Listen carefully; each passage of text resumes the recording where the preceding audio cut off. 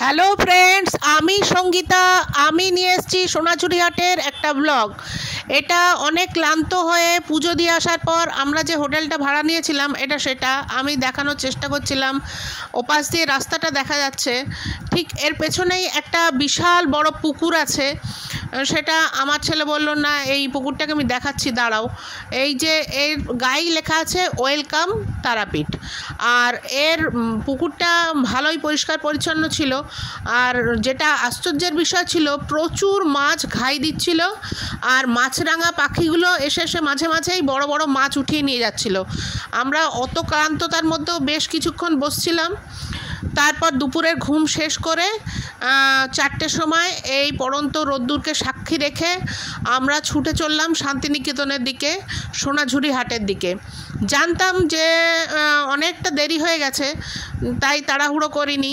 এই রাস্তার পাশে এখানে গাড়ি থামিয়ে আমাদের প্রচণ্ড খিদে পেয়ে গেছিলো বিকেলবেলায়। আর যেন সবকটা আমরা বড়রা যেন বাচ্চা মেয়ে হয়ে গেলাম।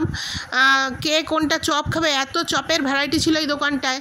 কে কোন চপ খাবে, কটা করে খাবে, এই নিয়ে আমাদের মধ্যে নানা রকম কথা শুরু হলো। আমাদের পাল্লায় পরে ড্রাইভারটাও বলল আমার কর্তাকে যে দাদা ভাই আমাকে এই চপটা দিন। ভাল লাগলো বেশ। সবাই মানে এত আমরা ক্লান্ত ছিলাম, তারপরে এই ঘুমটা আমাদের সবাইকে সতেজ করে দিয়েছিল। আর এই যে হয়তো নিশ্চয়ই কারোর পোষ্য হবে, কিন্তু এ চপ খেলো। আমার কর্তার সামনে যে দাঁড়িয়েছিল, ওই যে আমার কর্তা চপ দিল এবং সেটা খেলো। খাওয়ার পরে আবার ডাস্টবিন থেকেও হয়তো কেউ কিছু ফেলেছে, সেখান থেকে ওই চপই কুড়িয়ে কুড়িয়ে খাচ্ছিল।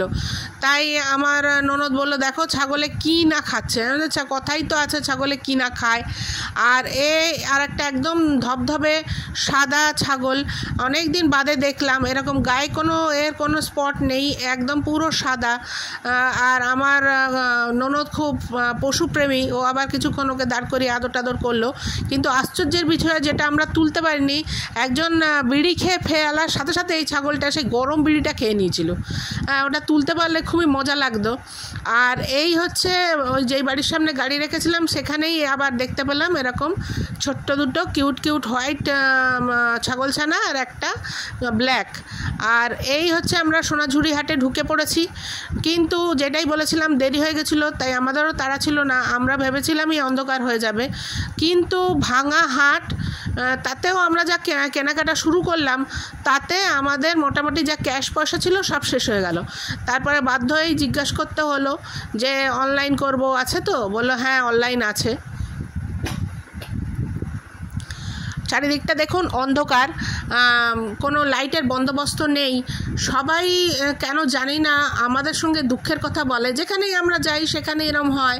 হয়তো দেখে মনে হয় যে দুঃখের কথাটা মন দিয়ে শুনবে। তো এই যেখান থেকে আমরা, এইটা হচ্ছে ব্লাউজের স্টল লাগিয়েছিলেন একজন মহিলা, অনেক সুন্দর সুন্দর ব্লাউজ ছিল। তো যেখানে আমরা ব্যাগ কিনলাম, সেই ভদ্রমহিলা বলছিল সেই ভোরবেলা থেকে এসেছি, আর এই সন্ধেবেলা পর্যন্ত এখানে কোনো লাইটের বন্দোবস্ত রাত্রিবেলায় থাকে না, খুব অসুবিধা। গুটিয়ে নিয়ে যাওয়ার সময় মানে খুবই অসুবিধা হয়। সারাদিন তো এত রোদ্দুরের মধ্যে বসে থাকি, একটু ফ্যান ট্যান হলে ভালো লাগে এই প্রচণ্ড গরমে।